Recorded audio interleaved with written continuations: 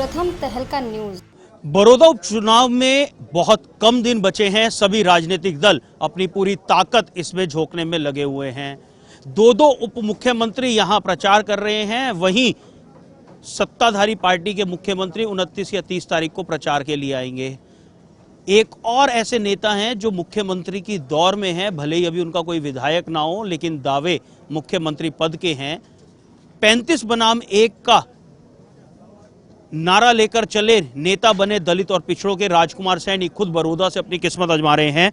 राजकुमार सैनी जी, बड़ौदा आते आते ये 35 बनाम 1 से 36 बिरादरी के नेता जो हैं वो अब आप नारा देने लग गए, ये कारण क्या है? मैंने कभी 35-1 का नारा दिया ही नहीं था। ये तो उन लोगों ने दिया जिनको कुर्सी काट रही थी कि और इस दलित पिछड़े में से कोई नेता पनप ना सके। उन लोगों ने दबाने के लिए पूरे प्रयास किए और अब बीच में जब पाखंड और अंधविश्वास पे मैं बोलने लगा कि ये काल्पनिक काव्य है, महाभारत रामायण ये सब कुछ जो है ना, तो बीच में ब्राह्मण भाई नाराज होकर के अनिल विज के पास पहुंच गए कि ये तो पागल हो गया। अरे मैंने कहा हमारी तो सरकार ने हल्फनामा दे रखा है कि ये काल्पनिक महाकाव्य है, महाकाव्य का महाकल्पना है। हमारे देश के अंदर बदकिस्मती है कि सच बात को सुनने से पहले ही लोग हवा में उड़ा देते हैं। मैंने 34-2 और 35-1 अगर कोई साबित कर दे तो उसके जूते में पानी पीऊं। लेकिन सैनी साहब, आप कभी हिंदू देवी देवताओं का, हिंदुओं के जो शास्त्र हैं उनका अपमान कर देते हैं। आप कहते हैं रामायण थी नहीं, महाभारत थी नहीं, ये एक काल्पनिक है। तो आपको नहीं लगता कि जो लोग हैं ये सभी इन जो धर्मों से जुड़े हुए हैं उनकी कहीं ना कहीं भावनाएं आहत होंगी, और एक नेता के लिए जो चुनाव लड़ रहे हैं उसके लिए ये कहीं ना कहीं काफी नुकसान पहुंचा जाएंगे चुनाव में? मैं वोटों की खेती थोड़ा करता हूँ, मैं अपने देश का सिपाही हूँ। मैं अपने देश के लिए काम करता हूँ। हमारा देश पीछे क्यों रहा? हमारे देश में अंधविश्वास, पाखंड, जातिवाद ने इस देश का खोखला कर दिया। जहां गौतम बुद्ध ने कहा था कि भाई जीवन संघर्ष है, मृत्यु सच है।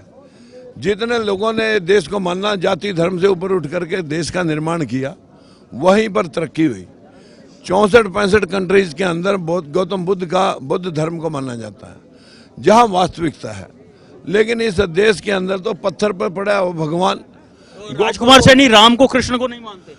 मैं ये कह रहा कि राम, कृष्ण, हनुमान, ये जितने भी देवी देवता लोगों ने 33 करोड़ देवी देवता इकट्ठे कर रखे, ये सब हमारी जो दलित और पिछड़ा सुंदर समाज है, इसको कंट्रोल करके अपने पैर पुजवाने के लिए लोगों ने इकट्ठे किए।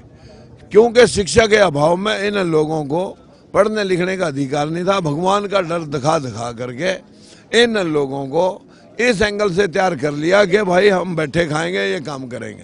आपको नहीं लगता चुनाव के दौरान जब आपके सामने एक ब्राह्मण उम्मीदवार खड़ा है, ऐसे में आपका ये बयान आपको बड़ौदा उपचुनाव के अंदर बहुत भारी नुकसान दे सकता है, और हिंदुओं की जो भावनाएं आहत होने की, क्योंकि ये इंटरव्यू जब चलेगा तो हिंदुओं की भावनाएं आहत होने की भी बात कही जाएगी। ये तो मैं रोज देता हूँ कि पाखंड से बचो, देश में कर्म कर लो।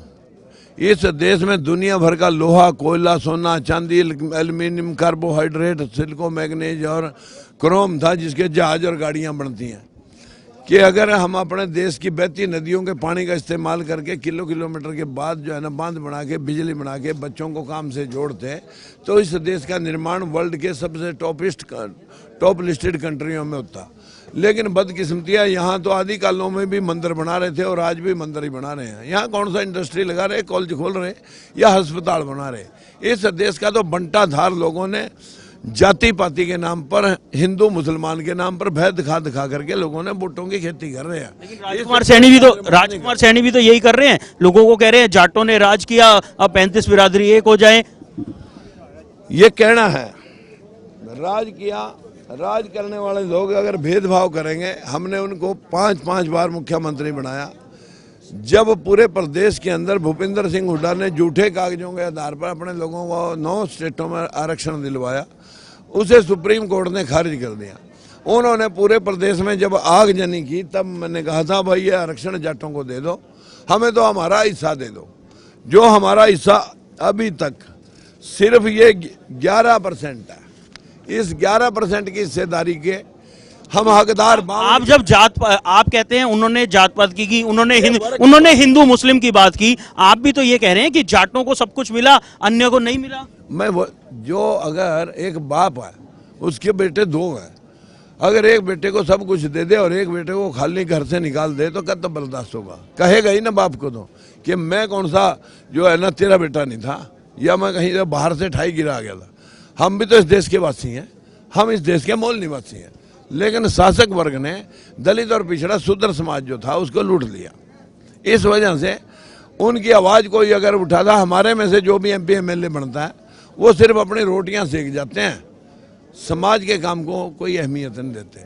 जो भी बनता है वो सोचता है मैं तो बन ही गया, मुझे क्या लेना, ये यहीं रहे, मेरा उत्थान होता रहे, तभी ये लोग मेरे पैरों पर गिर के भीख मांगेंगे। यानी किसान मजदूर का मुद्दा नहीं है आपके लिए, जो दलितों का शोषण हुआ वो एक सबसे बड़ा मुद्दा है। मुद्दा 5 वर्गों का है। इस देश में 5 वर्गों पे सारी पार्टियां भाषण देती हैं, किसान पे, मजदूर पे, दलित पे, पिछड़े पे और महिला सुरक्षा पे। इन 5 वर्गों की हालत क्या है?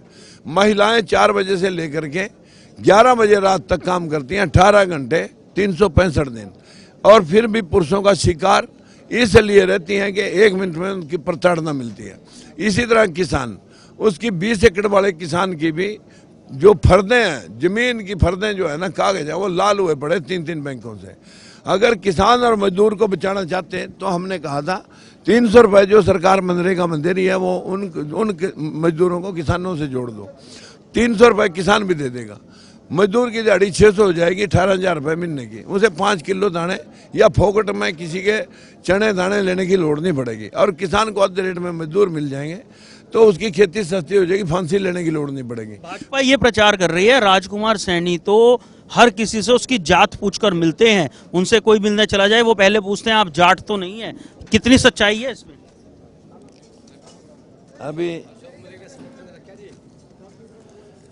अभी ये एक टोटल टीवी इस बात की सत्यता पैसे लेकर के एक चैनल जो है ना, ये टोटल टीवी का चैनल का आंकड़ा सर्वे दिया, उसने पैसे लेकर के 68,000। हम किसी मीडिया के ऊपर एलिगेशन नहीं लगा रहे कि नहीं, देखिए बड़ी सीधी सी बात है, मीडिया का बड़ा सीधा हो गया आप नेताओं के लिए कि कोई भी चैनल कुछ दिखाता है तो बड़ा सीधा है, बहुत आसान होता है मीडिया पे आरोप लगाना। मैं आज राजकुमार सैनी का इंटरव्यू कर रहा हूं तो हो सकता है मुझे भी कहा जाए कि पैसे लेके सैनी का इंटरव्यू चलाया गया, तो मैं मीडिया पे एलिगेशन नहीं लगा रहा हूं। राजनेताओं का ये काम होता है मीडिया पे एलिगेशन लगाना। मेरा सीधा ये कहना है कि ये जो बीजेपी और कांग्रेस के लोग ये प्रचार कर रहे हैं कि राजकुमार सैनी पहले ये पूछते हैं आप जाट तो नहीं है, और अगर हैं तो वो उनसे नहीं मिलते, इसमें कितनी सच्चाई है? मेरे साथ अभी यहाँ धर्मवीर चोटीवाला जो जाट समाज से कैंडिडेट हैं, पर्चा नहीं उन्होंने उठाया, कैंडिडेट है, वो कैंडिडेट जो है ना मेरे खुल के समर्थन में ये है कि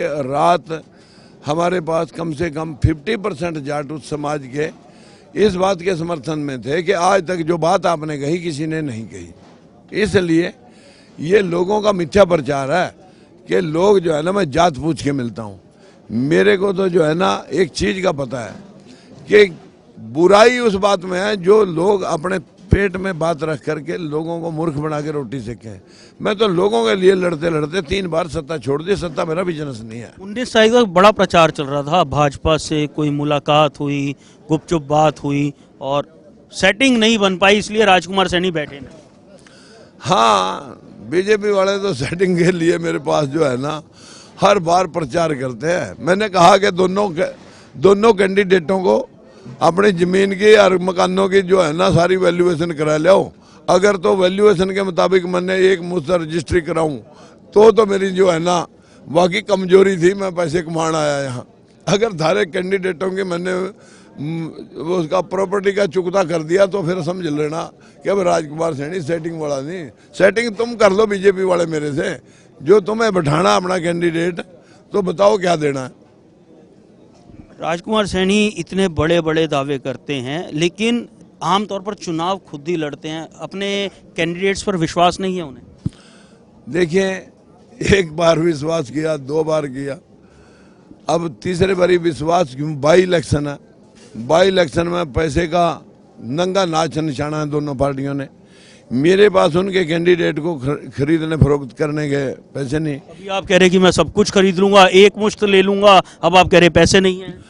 कैंडिडेट को जो है ना, बीजेपी के कैंडिडेटों को जो लोग आज दावे कर रहे थे कि राजकुमार सैनी पैसे लेकर जो है ना खड़ा कर रखा है, मैं इसलिए कह रहा हूँ कि जितना पैसा बीजेपी के पास है, कांग्रेस के पास है, उतना पैसा मेरे पास तो नहीं है।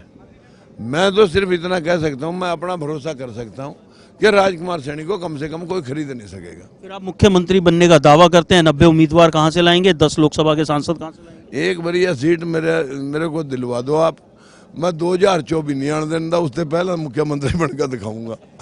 सैनी साहब, क्या कारण है कि जो जनता है वो आपको वोट दे इस बड़ौदा उपचुनाव में? क्योंकि भाजपा तो कह रही है हम विकास करवाएंगे, हुड्डा साहब कहते हैं हमारा गढ़ है और हमने यहाँ विकास करवाया, तो राजकुमार सैनी नए व्यक्ति को हम क्यों चुने? बड़ौदा की जनता का ये सारे घुटन में वो लोग यहाँ खड़े हैं, एक भी गड्डी आपको बाहर की नहीं मिलेगी। ये टोटल गाँव के कार्यकर्ता अपनी घोड़ा गाड़ी लेकर आए हुए हैं जी, हम तो आपसे तेल भी न मांगे, एक बार आप खड़े रहो, बस हम आपके साथ हैं। अब बताइए, ये भाव है जनता का। 10 तारीख को यही जोश रहेगा? जोश तो जो है ना, आप लोगों को ये सारे बेहोश बड़े मिलेंगे, मेरा जोश ही जोश दिखेगा। राजकुमार सैनी राम को नहीं मानते, कृष्ण को नहीं मानते, मानते हैं तो कर्म को, और वो कहते हैं कि कर्म कीजिए, इन मूर्ति पूजन में क्या रखा है। बहरहाल, अगर इस इंटरव्यू से किसी की भावनाएं आहत होती हैं तो मैं उसके लिए पहले से क्षमा मांगता हूं, क्योंकि ये शब्द मेरे नहीं हैं, राजकुमार सैनी के हैं, और इंटरव्यू को जूं का तू दिखाना ये मेरा एक काम है और मैं अपने कर्म को कर रहा हूं। मैं राम को भी मानता हूं, लक्ष्मण को भी मानता हूं, हिंदू को भी मानता हूं, मुसलमान को भी मानता हूं।